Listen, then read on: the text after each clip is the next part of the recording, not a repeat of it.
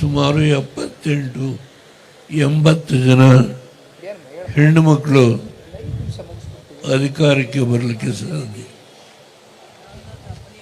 ಅದರಿಂದ ನೀವು ಜಿಲ್ಲಾ ಪಂಚಾಯತಿ, ತಾಲೂಕು ಪಂಚಾಯತಿ ಅಷ್ಟೇ ಅಲ್ಲ, ಶಾಸಕರಾಗಿ ಸುಮಾರು ಕರ್ನಾಟಕದಲ್ಲಿ 70-80 ಜನ ಹೆಣ್ಣು ಮಕ್ಕಳು ಬರಲಿಕ್ಕೆ ಸಾಧ್ಯ. ಈ ಸಾರಿ ದಯಮಾಡಿ ಗಮನದಲ್ಲಿಟ್ಕೊಳ್ಳಿ. ನಾನು ಹೆಣ್ಣು ಮಕ್ಕಳ ವಿಭಾಗದ ಮುಖ್ಯಸ್ಥೆ ವಿಷಯದಲ್ಲಿ ಕೂತಿರ್ಬೋದು. ತುಂಬ ಒಳ್ಳೆ ಕೆಲಸ ಮಾಡ್ತಾ ಇದ್ದಾರೆ ಅಂತ ನಾನು ಕೇಳಿದ್ದೇನೆ.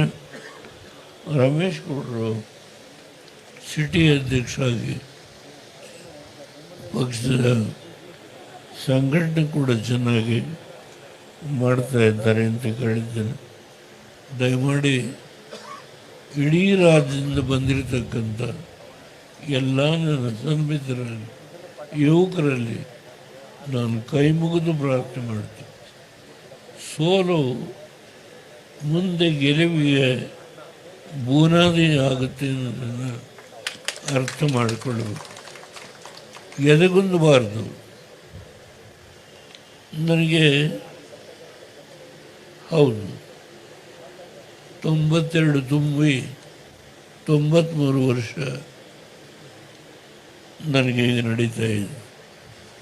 ಆದರೆ ಕಾಲು ನಡಿಲಿಕ್ಕೆ ಶಕ್ತಿ ತೊಂದರೆ ಇದೆ. ಕಾಲು ತೊಂದರೆ ಇದೆ ಅನ್ನೋದನ್ನು ಬಿಟ್ಟರೆ ಬುದ್ಧಿಗೆ ತೊಂದರೆ ಇಲ್ಲ. ಬುದ್ಧಿ ಸ್ವಲ್ಪ ಮರವು ಬಂದಿಲ್ಲ ನನಗೆ. ಯಾವ ವಿಷಯದ ಬಗ್ಗೆ ಬೇಕಾದರೂ ಮಾತನಾಡಬಲ್ಲೆ. ಅದನ್ನು ದಯಮಾಡಿ ನನ್ನ ಮನೆಗೆ, ನನ್ನ ಮನೆ ಅಂತ ಇಲ್ಲ, ನನ್ನ ಎರಡನೇ ಮಗಳ ಮನೆ ಇದ್ದೇನೆ. ಯಾರು ಬಂದರೂ, ಎಷ್ಟೆತ್ತರ ಬಂದರೂ ನಾನು ಯಾರನ್ನೂ ತಿರಸ್ಕಾರ ಮನೋಭಾವನೆಯಿಂದ ಎಂದೂ ನೋಡಿಲ್ಲ, ನೋಡೋದು. ಯಾವಾಗ ಬೇಕಾದರೂ ಬನ್ನಿ, ಎಲ್ಲಿಗೆ ಬೇಕಾದರೂ ಕರೀರಿ, ಬರ್ತೇನೆ. ಯಾರು ತಪ್ಪು ತಿಳ್ಕೊಳ್ಬಾರ್ದು. ಚಟ್ಪಟ್ನ ಚುನಾವಣೆಯಲ್ಲಿ ನಾನು 32 ಕಡೆ ಬಹಿರಂಗ ಸಭೆ ಮಾಡಿದೆ. ಆದರೆ ಜನ ನಮ್ಮನ್ನು ಕೈ ಬಿಟ್ಟರು ನಾನು ಹೇಳಲ್ಲ. ಸೋಲು ಹೇಗಾಯಿತು ಅಂತಲೂ ಹೇಳಲ್ಲ. ಅದ್ರ ಬಗ್ಗೆ ವಿಮರ್ಶೆ ಬೇಡ. ನಾವು ಸೋತಿದ್ದೇವೆ. ಅದಕ್ಕೆ ಹೇಳಿದೆ,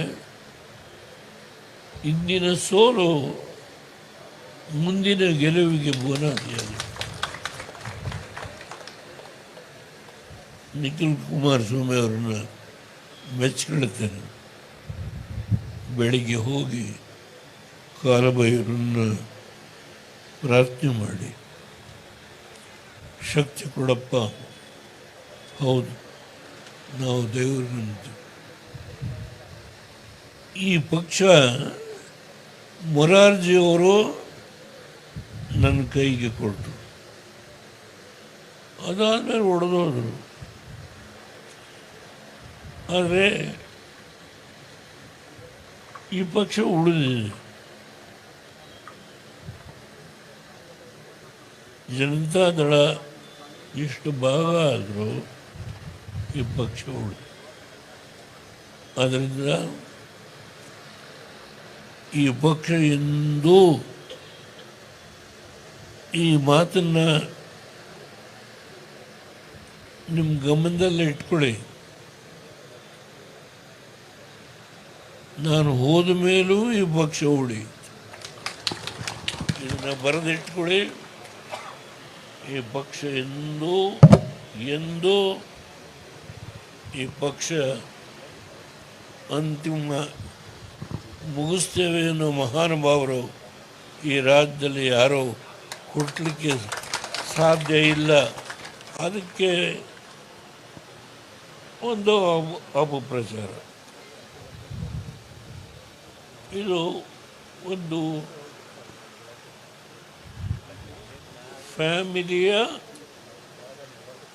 ಪಕ್ಷ. ಇದು ಕೇವಲ ಒಂದು ಮನೆತನಕ್ಕೆ ಸೇರಿದ ಪಕ್ಷ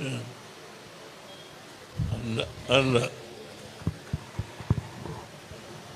ಸ್ವಲ್ಪ ಆ ಮಾತನ್ನು ಆಡುವವರು ಅವರ ಮನಸ್ಸಿಗೇನೆ ಪ್ರಶ್ನೆ ಹಾಕೊಳ್ಳಬೇಕು. ಎಷ್ಟು ಜನ ಈ ಪಕ್ಷದಿಂದ ಬಂದು ಯಾರ್ಯಾರು ಯಾವ್ಯಾವ ಅಧಿಕಾರ ಅನುಭವಿಸಿದ್ದಾರೆ, ಅನುಭವಿಸಿ ಹೋಗಿದ್ದಾರೆ. ಅದರ ಇತಿಹಾಸವನ್ನು ನಾನು ಹೇಳಲಿಕ್ಕೆ ಹೋಗಲ್ಲ.